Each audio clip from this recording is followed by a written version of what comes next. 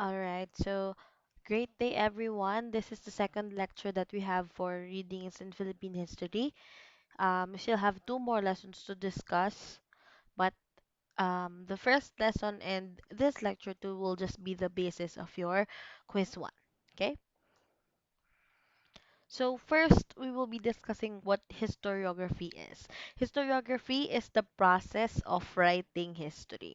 Sabi dito, the making of historical research. Bakit ba siya sinabing historical research?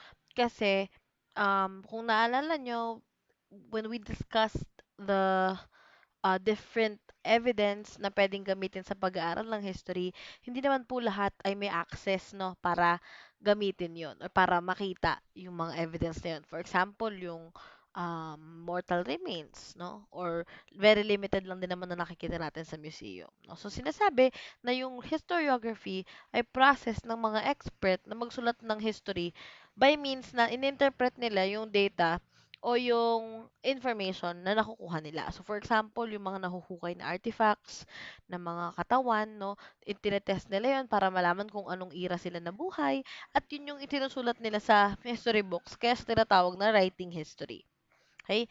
Yan nga, sabi dito, documents from different libraries and archives to form a pool of evidence and making a narrative, no, whether it is descriptive or analytical. So there are two school of thoughts emerged during the 1800s or 18th century na nagfo-focus sa historiography. So first is the positivism at yung pangalawa po ay post-colonialism. First, sa positivism, it is the school of thought emerged between 18th and 19th century. At ito daw, ang pinaka-mantra o pinaka-saying sa positivism is if there's no documents, there's no history. So, ibig sabihin kung hindi naitala, kung walang ebidensya, ibig sabihin hindi siya nangyari. No? So, para sa kanila, kailangan may proof. Kahit ano pang evidence yan, whether it is picture, letters, lecture, or narrative talaga, or diary. Yun yung pinaninindigan nila. Kaya nga sabi dito, a historical event should have a supporting document that will support the validity of it. Okay? So, for example, yung pagpunit ng sedula sa Pugadlawin, no? Isa siya sa controversial pagdating sa history kasi sinasabi na baka daw iba yung date at iba yung lugar kung saan pinunit yung sedula. Maraming iba't ibang sources na nagsasabi ng kung kailan siya nangyari, pero may conflict pa rin pagdating sa history. Okay? Next is post-colonialism. Ito naman po yung isa pang school of thought na nag-emerge naman sa early 20th century. So, nauna yung positivism bago yung post-colonialism. So, dito naman, um, and when formerly colonized nations wanted the idea of creating their own identity, nation, and society. So, dito sa Pilipinas, di ba nasakop tayo ng Spaniards, ng Americans, at ng Japanese. So, at that time, medyo nawala yung sarili nating culture, no? Lahat ng ginagamit natin ngayon or kung paano tayo mabuhay, eh, may influence na ng kung sinong bansa ang sumakop sa atin. Kagaya nung pagsasabi ng mga pera, no? Yung 20, hindi naman sa Tagalog. Ito ay salitang Espanyol. Kagaya rin ng pagkain ng mga burgers or hot dogs, no? Ito naman ay influence ng colonizer natin, which is the Americans, no? So, para dito naman sa post-colonialism, meron daw attempt yung mga tao na parang i-rewrite yung history nila by means na gagawa sila ng panibagong culture para hindi naman maiwan yung culture nila na sinakop lang sila ng ibang bansa at nawala yung sarili nilang identity. Okay? So, yun yung focus ng post-colonialism. From the word itself, colonial. Now, we'll go ahead and discuss the different historical sources. So, dito po sa sources, meron tayong dalawa. The primary and secondary source. No? But what is source anyway? Sources is an object to past testimony concerning the past on which historians depend in order to create their own depiction of that past. No? So, ito yung pinaka-basis or evidence na ginagamit ng historians para ma-determine if a certain event is true or not. Now, first, let's go ahead and discuss primary source. So primary source enable the researcher to get as close as possible to what actually happened during a historical event. So syempre, hindi naman natin babalikan yung ano no, yung history. Hindi ko naman kayo mapapadala dun sa panahon ng Espanyol kagaya nung ginawa ni Clay sa Maria Clara at Ibarra. No, so these are the primary source or the evidences that we are using to study the past. No, so we have different examples. We have diaries and journals. We also have we also have autobiographies and recordings and interviews. So first, diaries or journal. So ang example po nito, makikita nyo ay itong diary ni Anne Frank. Si Anne Frank ay isang teenager during World War II at isinulat na dito yung experience niya during her stay sa concentration camp. So sa camp po na yon, dun itinitira yung mga tao during the war, no? So dito makikita natin kung ano ba yung naranasan niya, kung ano yung mga ipinagawa sa kanila during World War II. Okay, so parang may first hand experience din tayo kasi nabasa mo kung ano talagang naramdaman at na experience niya nung time na yon. No, another option is the journals. This is Sarah Morgan Dawson, a Confederate Girl's Diary. So ito po parang diary din naman siya, pero pag sinabing journal, ibig sabihin na-publish na siya. No, or professionally made na siya, may mga na-edit, na-type na siya, printed na siya, hindi lang siya yung sulat kamay kagaya nung kay Anne Frank kanina. So ito naman, experience ni Sarah Dawson during the Civil War. Okay? Next, autobiographies. So ito ay yung nagsusulat ka about sa sarili mo. No? If you will be asking ano bang kaibahan niya sa biography? Pag biography, story ng buhay mo pero isinulat ng iba.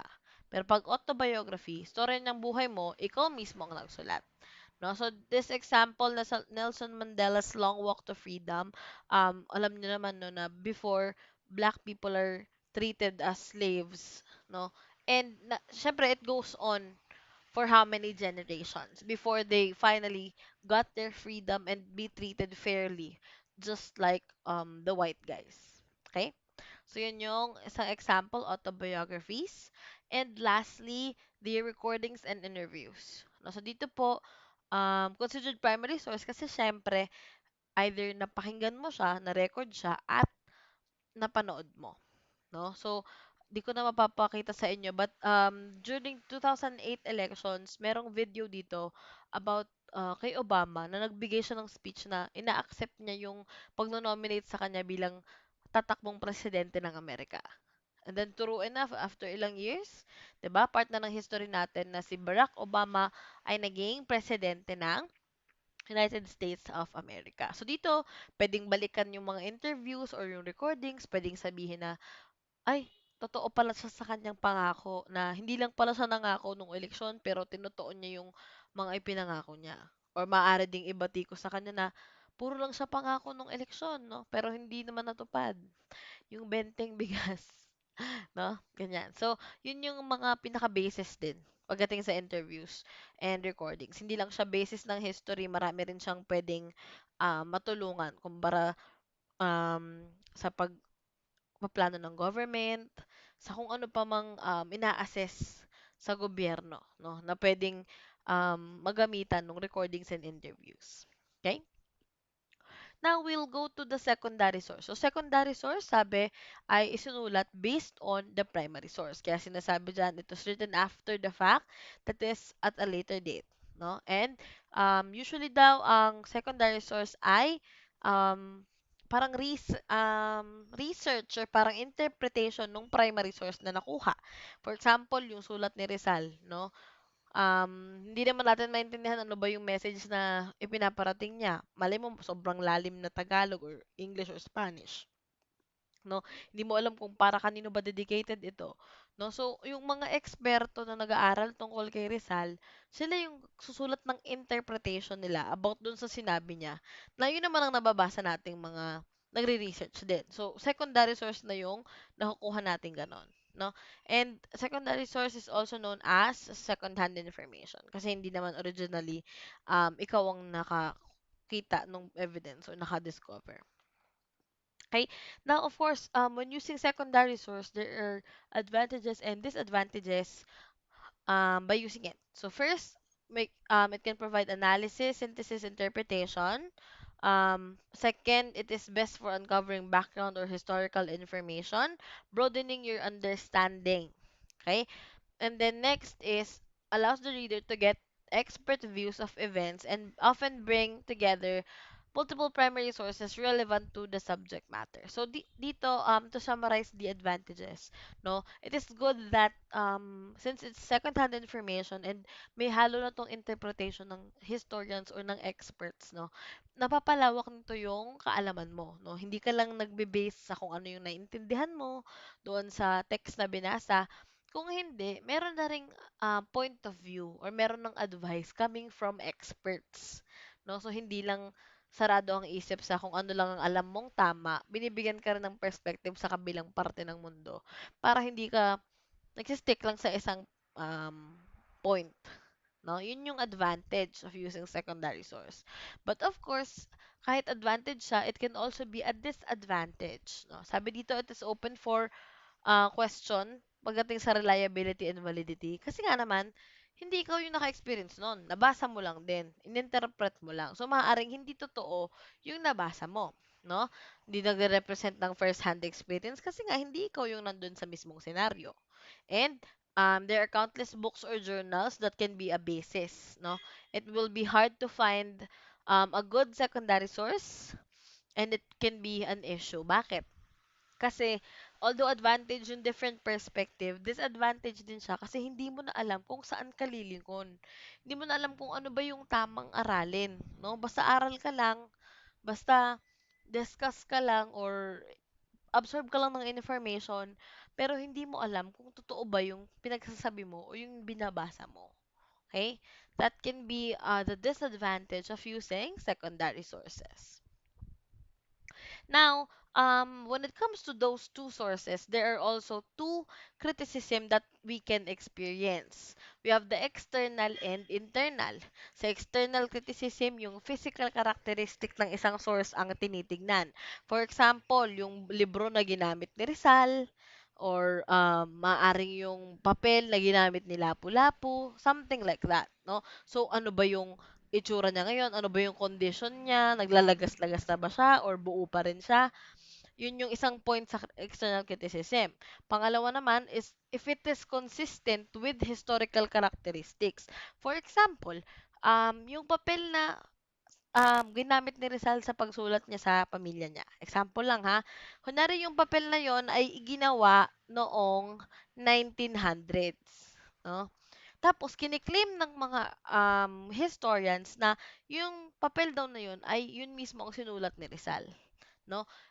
Nung kinriticize ng mga expert, sinabi nilang hindi totoo yun. Bakit? Kasi si Rizal, namatay siya 1896. So, paanong magkakaroon siya ng letter ng sa isang papel na ginawa ng 1900s? 'Di ba? So, yun yung mga critical na kondisyones na tinitignan ng mga tawag dito, ng mga historians, no? Yun yung um, things na characteristics na tinitignan nila when they are doing external criticism, no? Next is internal criticism. Ito naman po ay yung inilalaman ng isang source. Sabi diyan, the truthfulness presented in the evidence, no? So, ini-examine kung ano ba yung kung totoo ba yung content nung source na binabasa mo or ng basis mo. And they're looking for the agenda of the creation of that source. No, so kung saan ba siya kinuha, ano ba yung goal, bakit siya sinulat. So for example, ako po ay anti Rizal, for example. No, so pag gumawa ako ng secondary source, lahat ng pag interpret ko sa ginawa ni Rizal ay maaaring masama. Kasi nga, anti-Rizal. No? But, kung ikaw naman ay pro-Rizal, no? So, to the point na sinasamba mo na siya, syempre, yung magiging interpretation mo sa lahat ng ginawa ni Rizal ay magiging maganda. Kasi nga, pro-Rizal ka naman. No? So, technically, if you are using secondary source, there will be biases when you are dealing with those kinds of sources, no? But at the end of the day, hindi pwedeng isang source lang ang pinagbabasihan mo. Kahit magre-research ka ng assignment, hindi pwedeng isang source lang. Kailangan three or more para ma-confirm mo if tama yung information na nakukuha mo. Okay? Kasi ganoon din naman sa chismis eh. Para ma-confirm mo na tama yung pagkakaintindi mo sa issue or sa trending na issue sa Pilipinas, kailangan hindi lang isang source, maraming post kang tinitignan, maraming comment kang binabasa. Okay? So, yun lang po yung lecture 2. We will continue the discussion on face-to-face with the two last lectures. Those are for Magellan, no? Or yung first mass in the Philippines, and also the different issues pagdating sa EDSA Revolution na madadaanan lang naman natin. So those will be the part of the whole prelim period. Okay? So thank you so much guys for listening and I hope to see you soon. Thank you.